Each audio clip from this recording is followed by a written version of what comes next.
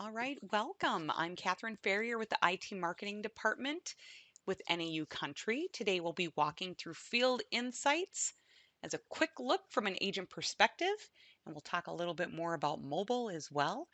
This is our final NAU Country Connection webinar for spring 2022. We'll be picking it back up in the fall. If you've got any ideas for additional webinars that you'd like us to cover as a team into this fall, just let your marketing rep know, and we'll be in touch.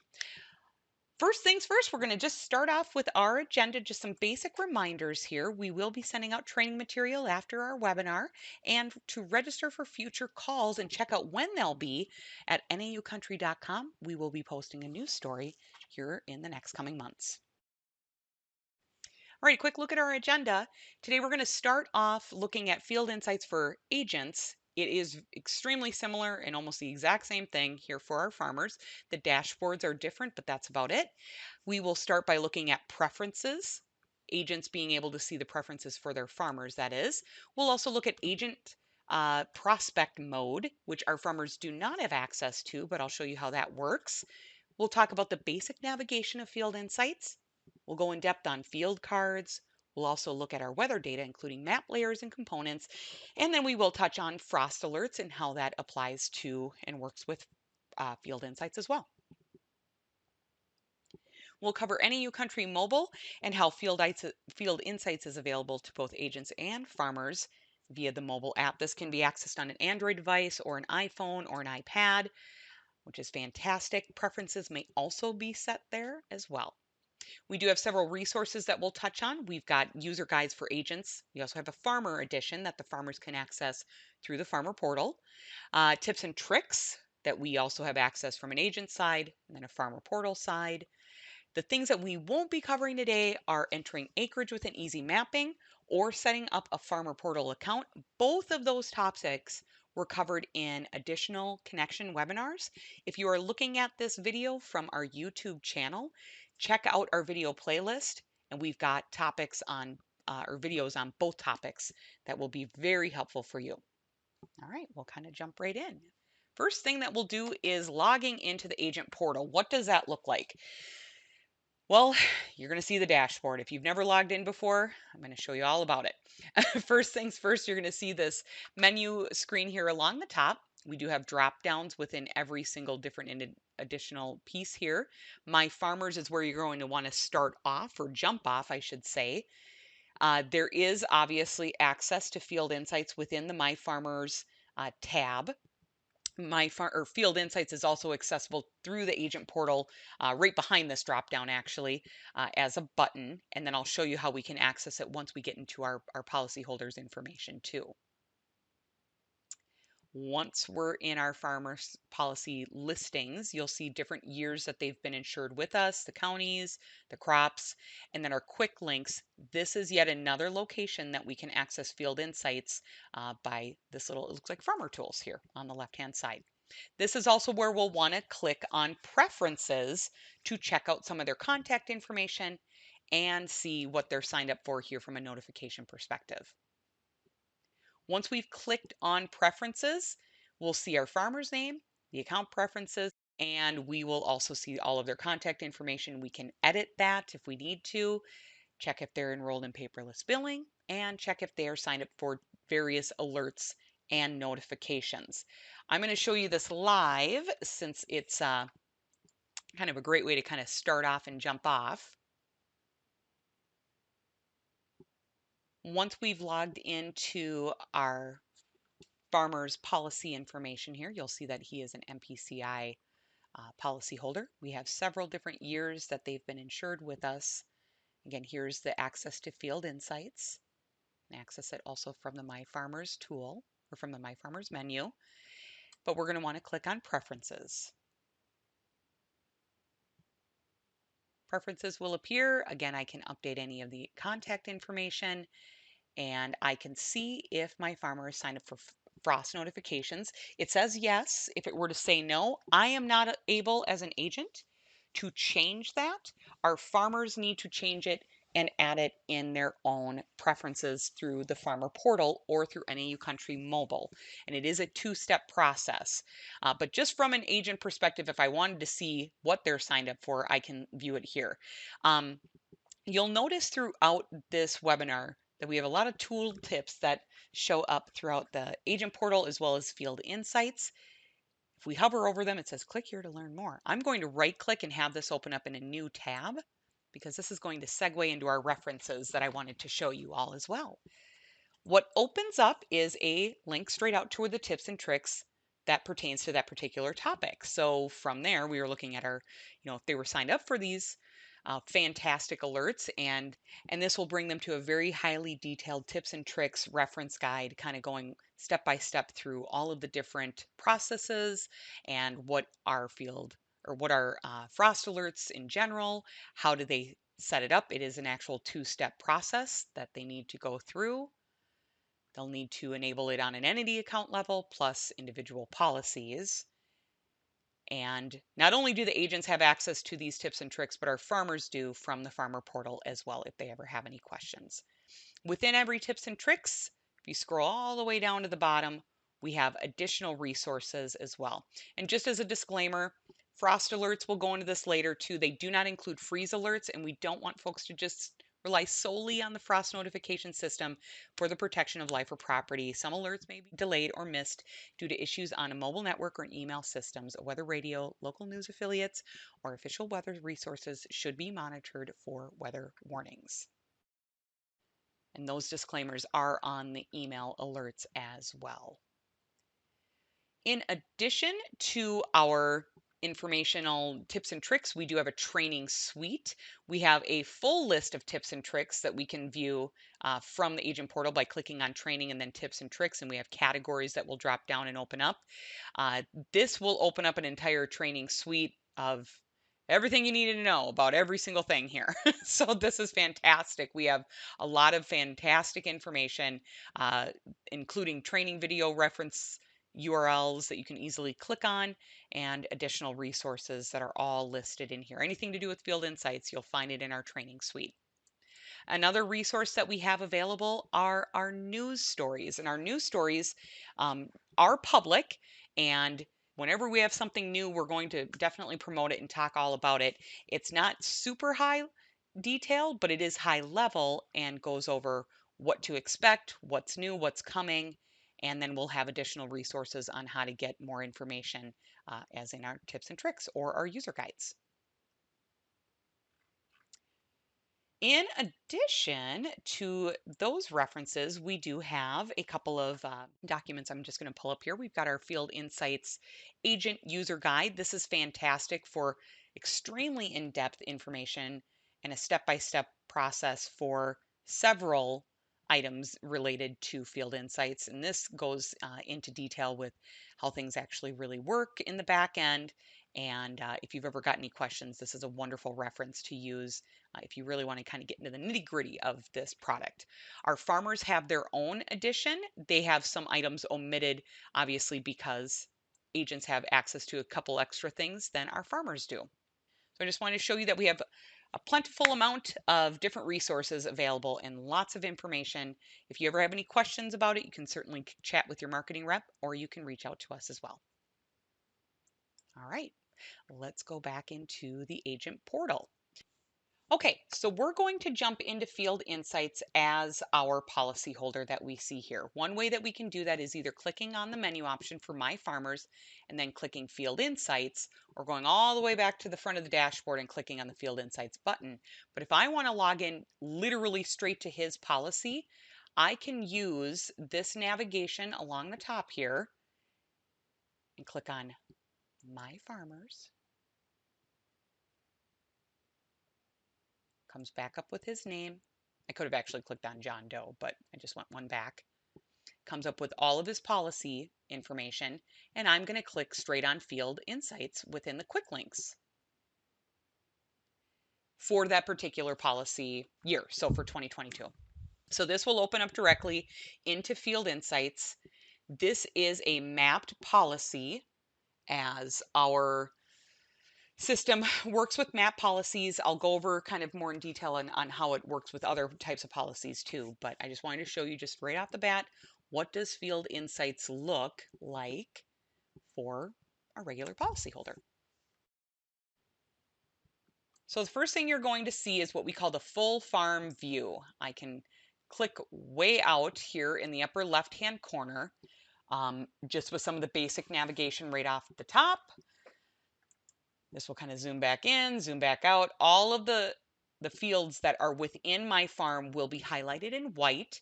On the left side, I've got field cards, and then along the top, I have basic navigation. So say that we are looking to just see, I want to show a, a non-policy holder what Field Insights looks like. So I want to look at this from a prospect perspective. I already know that I can access Field Insights from a policyholder perspective, but if I want to just show it just to show somebody who's interested in our products, I can actually do that without having to enter too much information. We'll click on this dashboard link, and we've got 4 buttons that start off right across the top. We've got Search Policies. That would be for active policyholders. Create New Prospect, View Saved Prospect, and EASYview Weather Hail Event Address Search. We are going to create a new prospect. What happens when we open that up is that it automatically tries to name something here, and that's fine. I'm just going to click OK for now. And Field Insights will actually begin to open. All right. So the first thing it does is because it doesn't know where we want to look. So it'll ask us for a location. So say that we have somebody who's in Georgia and we want to just double check and see that particular location. And I'm going to type that in. We're going to just type, you can do a city, state, you can do a landmark, you can do a park, you can do all sorts of different types. It is non-discriminatory for our location searches. Very flexible is what it says.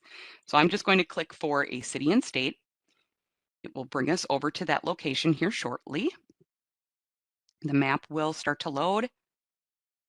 And notice that we don't have anything showing up for any information yet. And that's because we have to add a field or a field point. Basically what that means is, say that we have a prospect that doesn't have any insured acres with us or doesn't have anything on their policy with us in general, or say that they have a non-mapped policy in general, we can show them on the map here through prospect mode really quickly how Field Insights works. So I'm just going to click anywhere. It says add field. I can do that, and it will automatically highlight the outline of a field. If say I don't want to do that and I'm thinking, well, no, it's more close to here, we can do add field point. This just means the difference between the two is that one is actually an actual field, so it'll have the CLUs. Otherwise, it'll be point-based if it doesn't have any CLU or information attached to it at all. If I want to just, I'm going to show you from a field point because I'll show you how the field works later.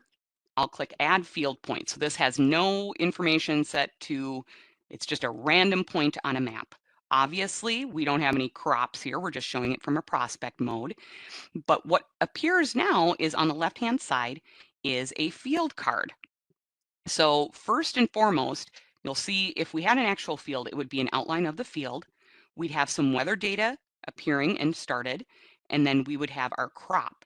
Well, nothing is listed in here yet. So the first thing I'm going to do is click on this field card. It's going to bring me to this lovely neighborhood here outside of Albany, Georgia, and I can add information to it.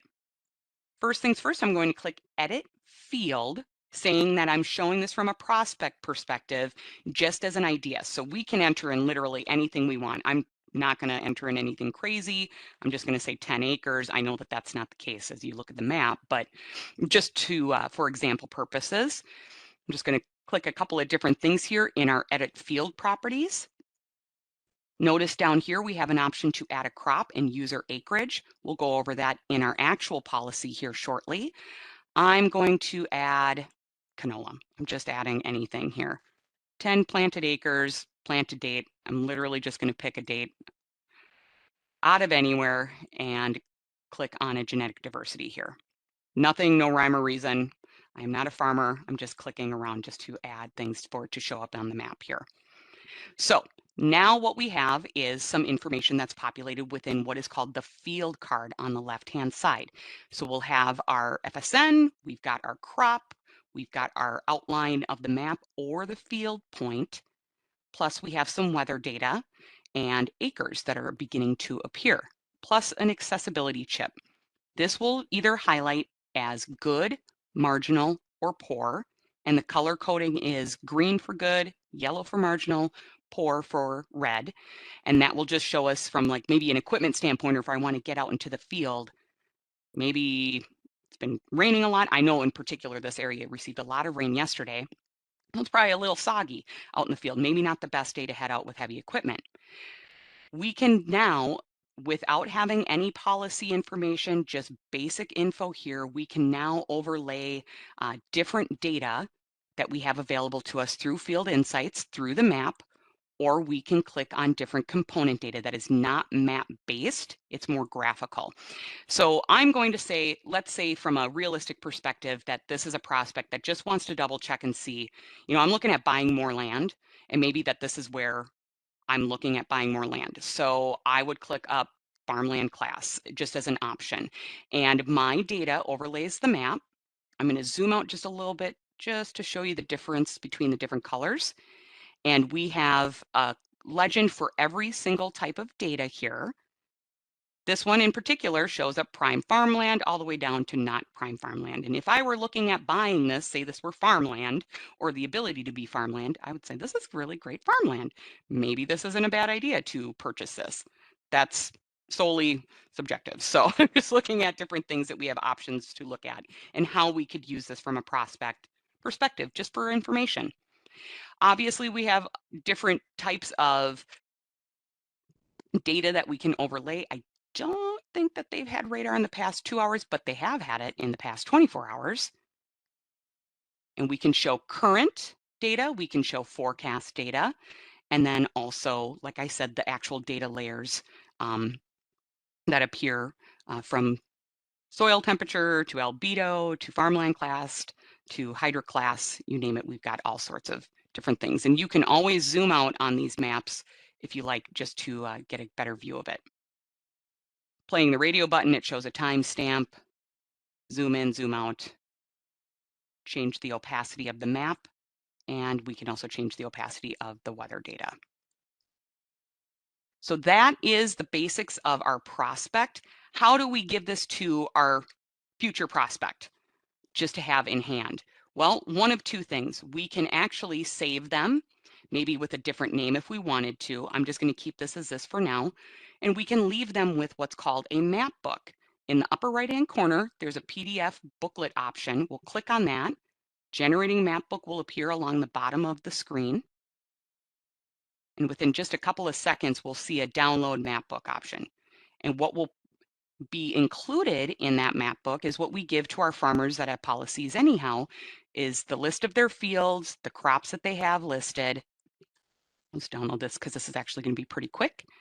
Our information, their information, which we could detail and make more personal, and then some basic information about the land that they were looking at. And of course, we know that this is a neighborhood, but this is just a glance at what our map books would look like. And it does say prospect map books, so we know that there's a difference in that and the real thing. So that's something that we can leave with our farmers if we like, if they are interested in getting, putting their business with us, or if they're just interested in learning more about certain areas that they would like to maybe purchase. We can also just print whatever we have saved as just we're printing the field cards. This may not be as useful to them, but it's at least to show you an option that in Field Insights, when we actually have a mapped policy, we can do the same thing here, and we can basically have the same functionality for our prospects too. If I want to click out of this, say that I'm done looking at this particular example, I can also view as an agent my saved prospects. Just so you know, from the Farmer Portal perspective, they do not have an access to seeing any prospect information. That's obviously just for us as agents. And I can see different ones that are saved. I'm going to click on one that I saved yesterday. They're actually getting rain today. This is just outside of the Eau Claire, Wisconsin area. And this was an area that was a map, or was a field, I should say. So I can show, whoop, we'll go to, that's my mouse, not Field Insights, sorry. We can show how much rain has fallen maybe in the last couple of hours. Again, you'll see the actual outline of the mapped field that we have in here. We can set acres, share name, share percentage, farm name, and any other additional information. We can actually add additional crops too if we need to. We won't in this perspective, and we can remove them as well. Otherwise, we can actually look at component data too for our prospects. Within the Field Conditions tab, we have 5 different features: spray advisor, crop growth and harvest, soils, and historical weather. Now remember that since this is a prospect, we don't have a ton of real legitimate data other than what we've entered into our field card here. But I just wanted to show you from a prospect perspective, we still have access to a lot of the information that they would have on a regular basis if they were mapped with us. And again, I can also print off the map book for this too. And that looks like this.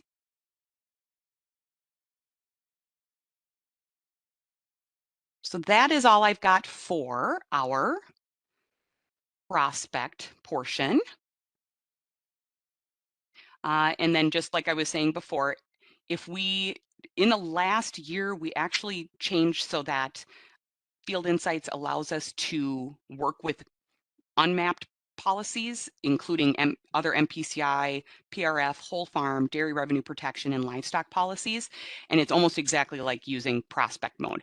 I'm not going to show one of those examples today, but it would be search by policy number, and then you would get your information there and literally showing it just like we were showing in prospect mode too. We do have full details in our tips and tricks as well as our user guide, which I will include in our recap email as well. And this is highly extensive, very detailed, but easily navigable through our table of contents too.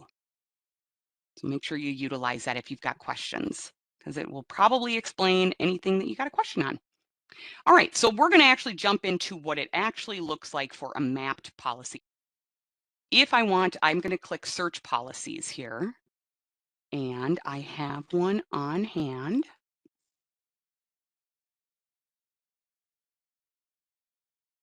It will appear with my John Doe policy and the different years that we've had a policy with him. I'll click on the latest. And upon entering Field Insights for a map policy, you'll see a zoomed out view of the farmer's entire farming operation with each map field highlighted in white. So like I said, all of the mapped fields are going to show up highlighted in white. If I click on any of the individual field cards that appear on the left, it's going to zoom in to that particular field and highlight in green. And like I was saying before, we'll go through some of the basic navigation. We've got our dashboard option on the top. We do have a print feature. If I click on that, it will print off all of the field cards that we have set for this particular policy. You can go back or click back to Field Insights on the top. We do have a feature that we can actually connect to EASYview weather. We went over in a connection call earlier this spring all of the ins and outs of our EASYview weather system and hail notification system. I highly recommend, if you're interested, to get a quick look at that on our YouTube channel. I'll also maybe include a link to that in our recap email too. I'll show you how it matches up, but basically what we're looking at is if I were to click on this link, everything from this policy, it would transfer over to EASYview weather and showing hail contour data to see if hail has hit this field recently, or this farm recently, I should say. Then below, this is kind of, we call this just like a leading carrot. We've got the different links that would link us back out to different areas that we were just in the agent portal, the policy information, who my policyholder is, and how I got there, my farmer's agency home, and then we're in Field Insights. On the right, we have a folder that is appearing with an M. That means MPCI. We also have the policy number the year, and then the name of the policyholder. Our map tab, our component tab, just like we were showing in prospect mode, are the exact same. We've got map data layers. We have a full farm view. If we were to zoom out, goes out to the entire farm.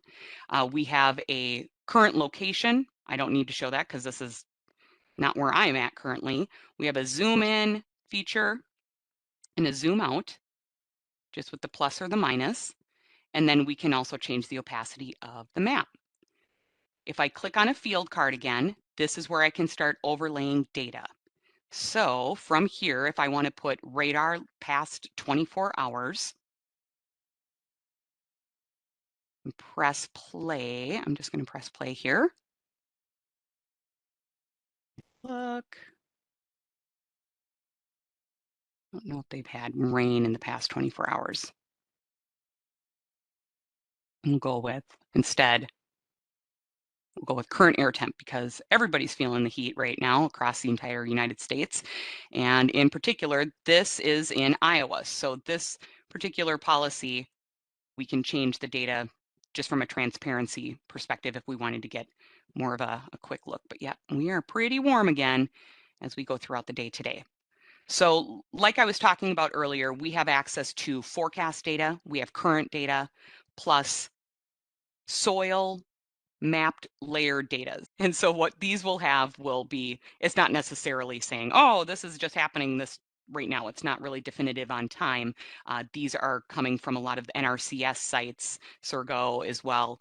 And I'll show you a little bit about this here in just a second. Other than that, I wanted to jump into the field cards before we get totally into some of the actual layers. Again, on the top, much like I was showing you before in our prospect mode, we have our field cards. Once we have it selected, it will highlight in this, or it'll be kind of darkened in this outline of darker blue. We've got our field information. We have our crop on the top, our field outline. I'll talk about this bell here in a second. Then we have weather data that shows up right off the bat. On the left-hand side is our past 24-hour precipitation. On the right-hand side is our precipitation since midnight. We have how many acres are actually set for this field, not necessarily planted. I'll show you the difference. And then we have our actual NAU Country field number, and then the township range and section. On the right-hand side, it shows accessibility. In here, we do have the ability to change if this is good, marginal, or poor, and I'll show you that through our component. And what Field Insights will do is it will learn whatever we set it to after some time based on those current conditions. So say that, yeah, it's rained a lot in the last 2 weeks, but I know I could get out into the field and it says marginal, I'm going to put good. I'll show you how we can do that. We can also edit the field, and I've actually gotten some questions recently about acreage reporting through Field Insights. So I'll show you how we can edit the field, and then I'll give you some information on how you can get that over to the actual policy. Then in the field card down below, this will be the share percentage. And then if there's a farm name applied, it will show up here, as you can see down below. And this is just our test policy that we use. So not really any major real data. We use this internally just to show folks how it works. Okay, so let's look at our field data. EasyWriter Pro gives us access as agents to easy mapping. Let's say that our farmer is out entering in their acreage through the farmer portal or maybe through NAU Country Mobile into Field Insights. They can enter it here through user acreage, planted date, genetic diversity, add their crop, remove a crop, you name it, change the field properties to whatever they want. If they give you a heads up once they've done that for all of their different fields, say they're using Field Insights, they'll let you know as an agent, you can go into Easy Mapping and import that data from Field Insights. So we have, I will also send out a link to a recent connection call that our own Adam Flynn also worked on just a few weeks ago, talking all about acreage reporting, and also shows how you can do it from the easy mapping side with Field Insights when you actually import it. So there's some information there. Also, Once we're done, what's great is that Easy Mapping does work with Field Insights. So if they've already reported their acreage through Easy Mapping already with you, it should automatically populate here into Field Insights. If they've reported it through RMA, that information would appear down below. And I'll just show you this. Plant dates can be different from what the farmer reported to the agent. This is due to the RMA only requiring the last planted date for a crop on the unit. Okay, so here I'm not going to make any major changes to this just because I know that we've already set it, but this is just a way that our farmers can edit the field, or you as the agent can go in and edit this as well if you'd like to. Let's see here. I'm just looking to see if I'm missing anything on that. Nope, I think we're good. Then for genetic diversity, this is another option too. For our growth and harvest advisor, if you don't have the genetic diversity filled out for the specific crop or supported crop, it won't accommodate certain crops or genetic variations that they've got. So we have to try to set something if we can. And again, it will only work with supported crops that have growth modeling components. If you're purchasing seed for 90 or 100-day corn, you can actually walk through the growth model as a guide. It's basically works with different types of seed and the timeline will adjust. We'll talk about that here as we go throughout our components. But in particular in this one, we would want an integer between 70 to 130 for corn, and then that will match up, that will work with our growth chart here as we get further on into our component review. I'm just looking.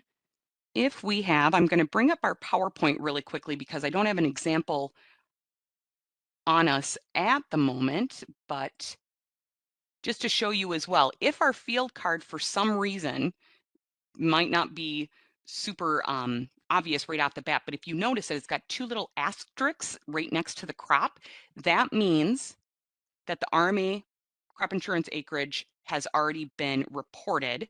And now what that means is how this will look in the Edit Field Properties pop-up window is it will already show the crop, how many planted acres, the planted date, and the genetic diversity. If not, it will be blank like I was just showing you before within Field Insights. But we can still change the user acreage here if we'd like. It just won't affect the policy itself. Sometimes Field Insights can be used literally, but what we also wanted to create Field Insights for is to give farmers and agents the opportunity to kind of experiment, play around, try to test something out, say that they want to put a different crop in their field maybe next year, and they just want to look at what conditions would be like this year to see how that would work out from a growth perspective, a harvest perspective, just as an investigative process. So what we could do is, even though I know my mapped policy, I've already input all my acreage, let's say it's already been reported, let's say that is corn for this year, but I want to test out what soybeans looks like, maybe just as a heads up to myself, maybe for next year, and I want to plant more, and I want to see my planted date and the kind of genetic diversity. Field Insights will look at whatever you put in or your farmer puts in for user acreage. It would override what's below, but it will not affect that policy. Just to be very clear, it's not going to affect it. It's just something that we can use to look at for examples. And let's start jumping into our actual mapped layers. So I'm going to click over on a different field. Just a little bit further up to the top. We've got soybeans here. Shows that we haven't had a ton of rain in the last 24 hours or since midnight, but we do have marginal accessibility. The little bell icon also just below our mapped outline of our field is our frost alert detail. I'll show you this here as well as we go throughout. It will apply to each field and for the entire policy. So the active alert, if there was an active alert, there would be an actual thing that shows up here. Obviously there isn't. The last one was back in October, and it will show the alert was effective starting this date through this date. And it'll say expired. I'll show you how we have our farmers set up for their full frost alerts here shortly towards the end. Let's look at different data. So I've already shown you radar. We've shown you current temp. We've got wind speeds and the matching legend down below. For any of our layered data types, if you click on the tooltip up above, it will bring up the legend plus a brief explanation of that layer. If I go into soil, we're going to look at soil moisture. And for this, we also have the legend and also some basic information about the actual layer. So each of these individual layers are pretty fantastic for giving us information about that data set and highly detailed. Here's a hydric class, not hydric versus all hydric. So anything in the white would be that it drains pretty well. Of course, if it's all hydric, that would not be an area that would drain very well. Albedo is measuring the reflectivity of an object. Black surfaces absorb and they don't reflect light as well as lighter colored surfaces. It's also used to show soil absorption and salinity detection. That can show up here on the top. And of course, our legend appears as well. So again, field insights can be used for acreage reporting. It can be used for prospects just to show information. But it also, if you're just looking at individual data for your farm and trying to figure out where's the best place to plant, or if you've got differences that you'd like to look at compared to year, that's a fantastic option. It's a really versatile tool for anybody who's just interested in and really likes data. I'm kind of a nerd that way myself. So, and then frost-free areas. This is, of course, we're in Iowa, so there's only certain days that we have frost-free. Say that fast 5 times. Otherwise, we do have information that is weather-related plus just soil-related too. Kind of not a popular favorite, but something that's interesting is from our drought index. This will show the latest drought index. And this farm operation is in Iowa. If I zoom out, I'm trying not to make anybody super dizzy right now. We'll see where the drought conditions are still in place. Of course, much of the south, the west, even Intermountain West and the southeast are still dealing with some significant drought and abnormally dry, severe conditions. Just wanted to show you that we do have access to all of these different types of data sets, and we'll move on to our components. Okay, so for our components, if I have a field selected, which I do, the first option is our field conditions. So we'll have access to current conditions, our 10-day forecast, and our planting conditions. Currents, obviously pretty self-explanatory. Let me go back before I click that. This is where we can change our accessibility from good to poor to marginal, whichever we like. I'm going to say this is good right now just to show you how it changes on the actual field card. Note that on the left, it now has changed to green. I can look at my 10-day forecast. I can actually select a card and go to hourly, precipitation accumulation, soil temperature, winds, temperatures. Any of these individual data sets can be printed off as well. And go back to the 10-day and print off the daily information too. A lot of interactive charts that we have available. Within planning conditions, we do have our hourly field accessibility, canopy wetness, and then this is more of a daily scrolling bar here along the bottom. So it looks like we've got some pretty good conditions coming our way.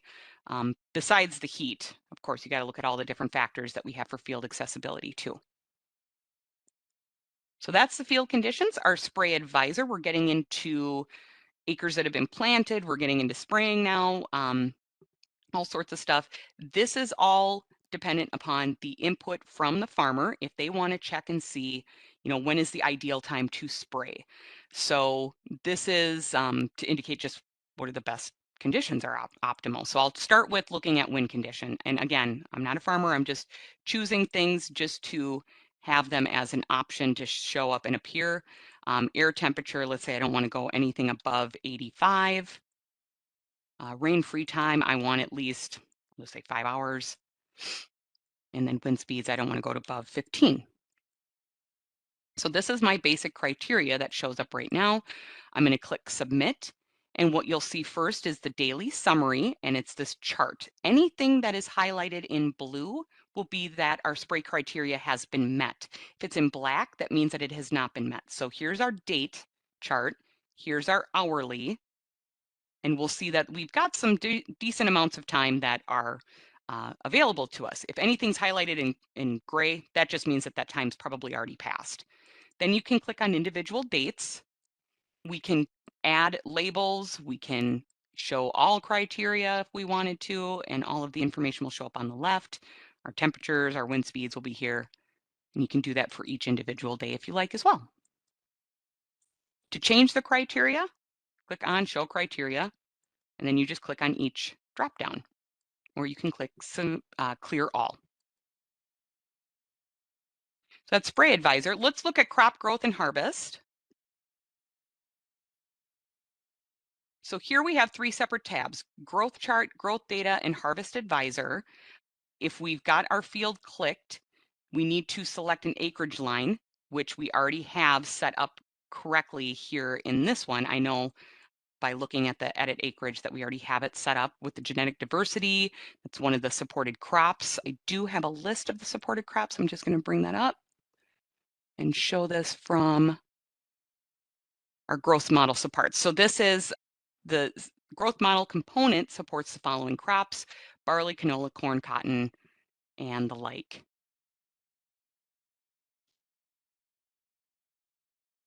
So we will go through what happens when we've got our different growth stages here. Once we've got this particular field selected, is if we go through the different bars, it'll show the different conditions throughout the timeline, which is highlighted on the bottom. The average frost risk appears in this lighter blue, and then we'll look at the different growth stages.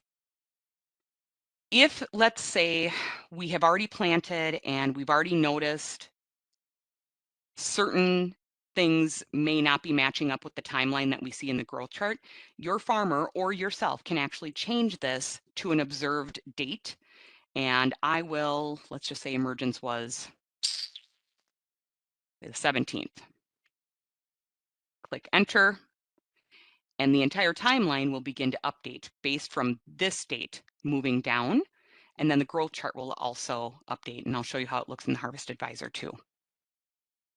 So now, if this is my observed growth data option, it will show up with this brighter blue. If I want to remove that, or the farmer wants to remove it, all they have to do is click the red button here.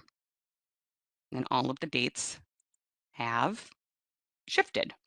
The orange bar, by the way, that's today. But yep, all of the different levels or different stages will appear in this particular chart.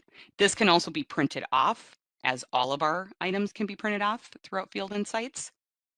And then we have our Harvest Advisor in-field dry down, which will show and give the opportunity for you or the farmer to enter a target moisture, whatever number that might be.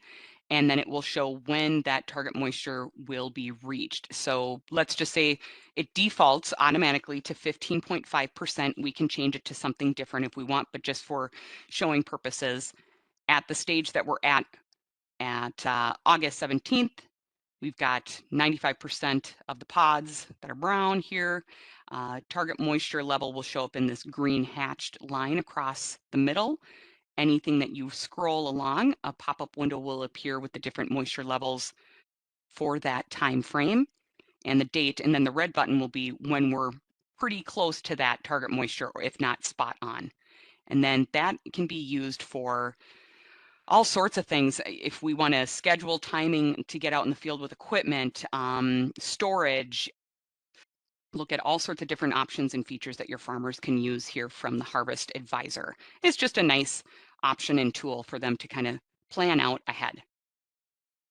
So outside of here, we will look at soils. So this is similar actually to our map layer data too that we have. And we've got 2 different options along the top: soil moisture and topsoil temperature, and then soil composition. We have it in 14-day or 100 days. And what you'll see is that we've got, today is the 15th, so that level here along the orange line is today's date. We go back a few days, and this will go through, you know, when were what was going on for different days. If we have anything show up in blue here, by the way, which I'll show in the 100-day, that shows when we had our freezing temperatures. So that can be kind of interesting for thinking of, you know, future planting next year. And then data, things that can be printed off. It's all useful information. Finally, our historical weather. This has been a tool that was requested as well to be able to show different information from years past. And we have the option to do hourly or daily. We have the option to also show single date, a 7-day range, or a custom date range. So if I want to go back as far as a year, I can. I'm just going to start with the 7-day. And it looks really similar to the current conditions, right? So we've got that 7-day forecast here along the top, plus all of the information below with daily topsoil temperature and moisture and high-low dew point, precip amount. And all of these can be printed off or expanded. If I wanted to print, could save it off as a PDF. If I want to do a custom range, you've got a start date and an end date. So let's just say, let me go back to here. I want to go back to here. I'm just literally clicking things, as you can see. Do search. So we've got our different dates, and then it'll be more of just a basic chart that we can actually export out to Excel. So it's nice to have this. We've got different dates that we can show and numbers, and of course there'll be different pages along the bottom here as well. So that's the basics of how it looks from a perspective in the agent portal. Again, maybe I'll show you here really quickly what EASYview weather looks like while we're in it. And we've gone over EASYview weather, like I said, in earlier calls, but this just shows you how it matches up with the policy to show any recent hail that may have possibly affected their fields. And clearly there has been some activity. This has been a quite wild spring for many locations around the United States. And then I can quickly go back to Field Insights if I need to. So I've got my farmer portal up. And we're going to talk about our frost alerts here in the last couple of minutes. If I logged into, let's say that your farmer has a farmer portal account, and let's say that they also have downloaded the NAU Country mobile app, they can go in and set up their preferences on their own. All they would have to do is click Help, Account Preferences, and it's going to look really familiar to what we were just looking at in the agent portal. So here's where they can turn off or on their frost notifications. They turn them on, or turn them off, I should say. This green bar just lets them know, okay, you've turned them off now. If I turn it back on, it says, hey, you set them up again. So we have that feature here for them to turn them on for themselves. So frost notifications are actually a two-step process. They first have to set it up by their account, just from an email perspective. Then they have to go in and actually apply them to their mapped policy fields. So we're going to click on policy, and I'm just going to click on Field Insights. I could have clicked on the Field Insights button as well.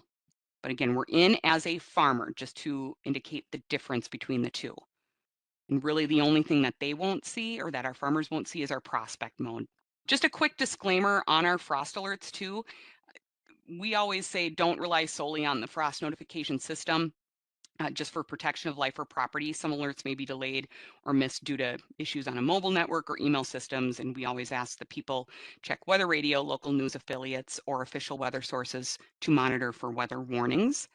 But notice that what we added and changed for the field card in the agent portal automatically applies to the policy in the farmer portal. So they are syncing up completely.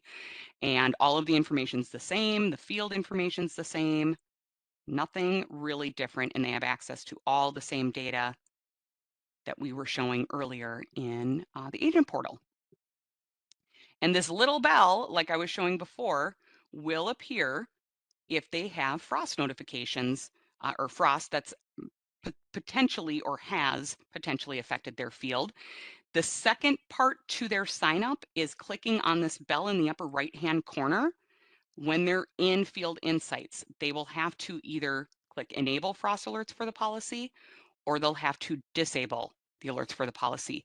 The entity preferences brings them back to the preferences area that we were in the help menu. If I were to click disable and click save, we'll see another notification saying you've disabled alerts for the policy. There it is, alert settings saved. I want to turn it back on though. And alert setting saved. They can also print off their field cards if they want to from their own. They can look at EASYview weather through their own here too. Everything is the same. If there's an active alert going on, which we don't have any set up because it's our production system that we have a demonstration purposes just to show the icon. If it was an active alert, it would appear in red within that field card. Basically what I was showing you already was the alert viewer. I would say an active alert versus expired alert. It says starting when and when it would end. So up to 5 expired alerts can display going back 2 years. If there's an expired alert only, it will not create a red bell. It would just be the blue bell. Here, I will include this in the recap. It shows how to set up frost notifications as a 2-step process and how we can do it in mobile, which I'm going to show here in a second. And then just some basic screenshots from that. Okay, so let's go to mobile. Let's just show you what it looks like when you have logged into the NAU Country mobile application. I'm logged in as a farmer, as John Doe. My agency information appears on the upper top left on an iPad. Of course, on a phone, it's a little bit more collapsed in a columnar look. We've got our different policies that appear on the left. Before I would even select a policy, if I scroll down on the right, I would be able to click Account Preferences. When that opens up, I'll see my options for notifications here. I know that my frost notification is on. I can click back. Again, remember we've got all those tooltips and those will open up tips and tricks for that particular topic. So frost notification setup would open up for that. If I were to click back, then I can select my policy. Then scroll down on the right, I would click Field Insights to open that up. And my field cards would appear. This is from the iPad perspective. To finish setting up my alerts or maybe change them, it's the same look. Click on that upper right-hand corner here for that bell icon. We can disable or enable the frost alerts. Click Save once we've selected what we wanted to do, and then that green bar shows us that we've actually set it up. Once we've clicked on a field card and we want to go into Field Insights, just to give you kind of a visual, we can edit the field information here as well. So this is when I was saying that we can add and change acreage as well to each field. We can do so on mobile, which is fantastic. All we'd have to do is we could either remove what's currently there, click Add, or change. If you just click on it, you can also change it there too. Then click Save. That window would go away and it would update. Then you have the opportunity to show any of the layers, or they can look at any of the layers. Here's radar, soil temperature. Again, looking at the tooltip would show the legend and a little bit more information about that particular data set. Farmland class. If we click on the, kind of looks like a hamburger menu, that's what we've been calling it here. If you click map, this would show the map components, and this would show same things that we were showing on our desktop version, the current conditions or our field conditions, which will also show planting. We can also print from here too if we've got it set up that way. Our spray advisor looks very similar too. And then our growth chart as well. So everything's pretty synonymous with what you see on the desktop version of our systems. So that is all I have. A whirlwind training session on field insights and frost alerts. I'm looking to see, I don't see any other chats. Oh, actually, wait, yes, I do. Does the hail event address search work for any address? Yes, it does. Yes, it does. And within our, not just addresses of policyholders, so I'm reading that too. Yes, it does. It will work for any address. If you go in here, I'll just show you, hopefully I didn't get kicked out. So we'll see.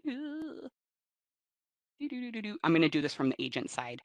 I'm in a policyholder right now, but I can look at this policyholder's fields, or I can do a search straight from there and click on address. and then search from here. And I'll just say, let's see, Ramsey, Minnesota, or actually here.